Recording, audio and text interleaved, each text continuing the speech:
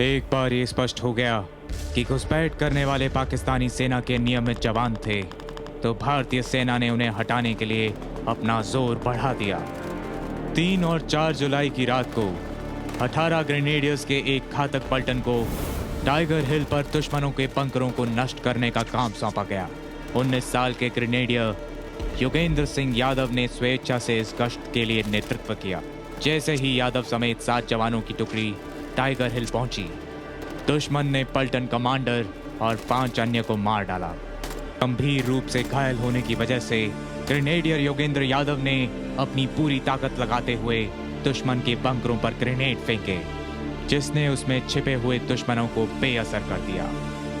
इसके बाद उन्होंने एक राइफल उठाई और दुश्मनों को झांसा देने के लिए 3 से 4 तरफ से गोलियां चलाई, ताकि उन्हें लगे कि भारतीय फौजें सभी दिशाओं से आ रही हैं। तेरी छुट्टी मंजूर हो गई है। सपनों के साहिल है, अपनों के अरमा है, बाकी हम काबिल हैं। घर पक्का हो रहा है बेटा, तेरे ऑर्डर पे। और सीमेंट? जेके सुपर सीमेंट पुत्र। देश के रक्षक से ज्यादा सुरक्षा का महत्व कौन समझेगा? जेके सुपर सीमेंट, बिल्ड सेफ। जब पाकिस्तान का जवान हमारा वेपन उठा के जा रहा था, तो उसने जो कोट पहने हुए थे, उस कोट में हुड लगे हुए थे।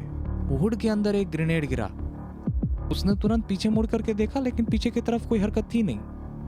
जब तक वो ग्रेनेड को निकाल पाता, ग्रेनेड एकदम से फट गया और यहां से पूरा सर उड़ गया और वो बंदा हमारे पे आके गिर गया। उस धमाके से जो पाकिस्तान के दूसरे जवान थे, उनमें एकदम से खलबली मची कि इनमें से कोई जिंदा है। कुछ बोले नहीं, जिंदा नहीं, नीचे से रिइंफोर्समेंट आई।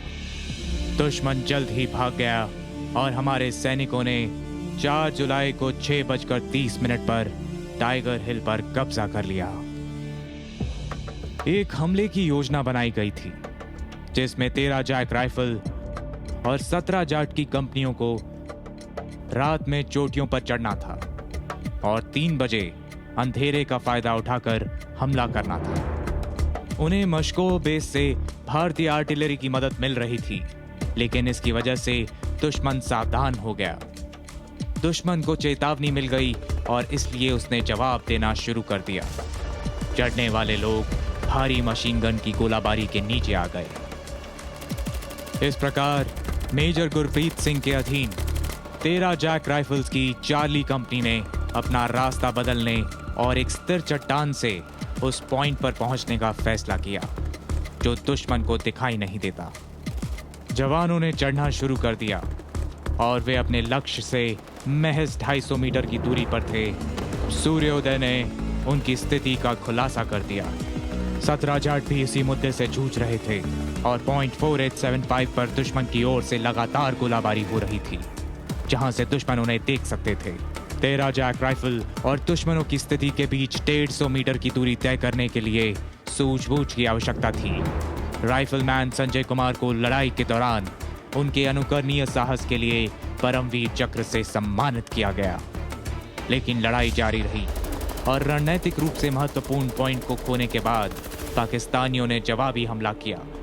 13 जैक राइफल ने हमले को विफल कर दिया, लेकिन उन्हें अब सहायक सैन्य दल की आवश्यकता थी। कैप्टन विक्रम बत्रा ने घायल होने के बावजूद अपने यूनिट के लड़ने वाले सैनिकों का समर्थन करने के लिए अपने कमांडिंग ऑफिसर मेजर वाई के जोशी से अनुरोध किया। डेल्टा कंपनी के 25 जवानों के साथ कैप्टन बत्रा को मदद के रूप में भेजा गया। 6 और 7 जुलाई की रात को कैप्टन बत्रा ने अपने साथियों के साथ मिलकर एक संकीर्ण रिच से सटी दुश्मन की पोजीशन पर हमला किया और दुश्मन से घमासान लड़ाई करते रहे, जिससे 5 दुश्मन सैनिकों की मौत हो गई। इस पॉइंट पर कैप्टन बत्रा गंभीर रूप से घायल हो गए थे, लेकिन उनके एक साथी को गोली लगने के कारण कैप्टन बत्रा ने उन्हें निकालने का फैसला किया। साथ ही सैनिक की जान बचाने की कोशिश करते समय कैप्टन बत्रा को दुश्मन की गोली लग गई, जिससे उनकी मौके पर ही मौत हो गई। लेकिन उनके साहसी हमलों ने दुश्मन को बाहर कर दिया था और हमने पॉइंट 4875 पर कब्जा कर लिया।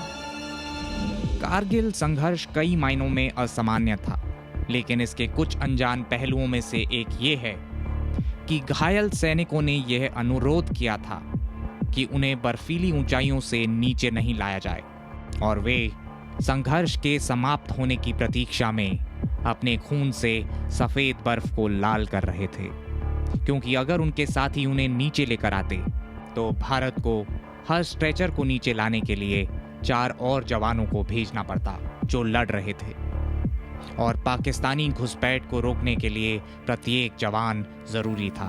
उनमें से कईयों ने आखिरकार दम तोड़ दिया। उनके शवों को अंतिम सम्मान ना मिला हो, पर वे सब इस जंग के नायक थे और उनकी आत्माएं हमेशा अमर रहेंगी।